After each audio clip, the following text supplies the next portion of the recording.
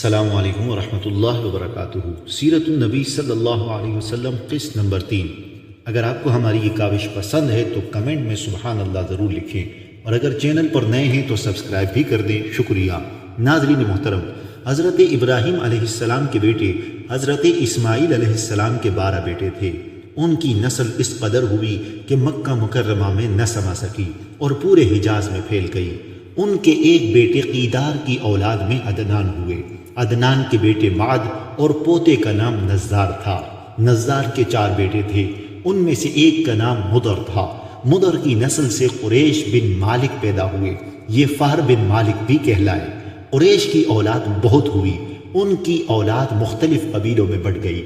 ان کی اولاد سے قصی نے اقتدار حاصل کیا۔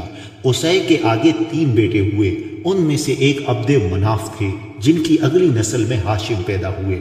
ہاشم نے مدینہ کے ایک سردار کی لڑکی سے شادی کی۔ ان کے یہاں ایک لڑکا پیدا ہوا، اس کا نام شیبہ رکھا گیا۔ یہ پیدا ہی ہوا تھا کہ ہاشم کا انتقال ہو گیا۔ ان کے بھائی مطلب مکہ کے حاکم ہوئے۔ ہاشم کا بیٹا مدینہ منورہ میں پرورش پاتا رہا۔ جب مطلب کو معلوم ہو گیا کہ وہ جوان ہو گیا ہے تو بھتیجے کو لینے کے لیے خود مدینہ گئے۔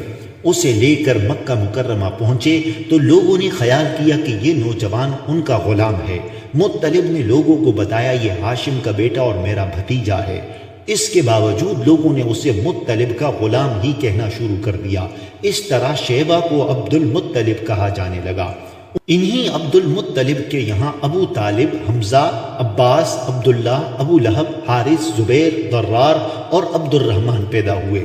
ان کے بیٹے عبداللہ سے ہمارے نبی حضرت محمد صلی اللہ علیہ وسلم پیدا ہوئے۔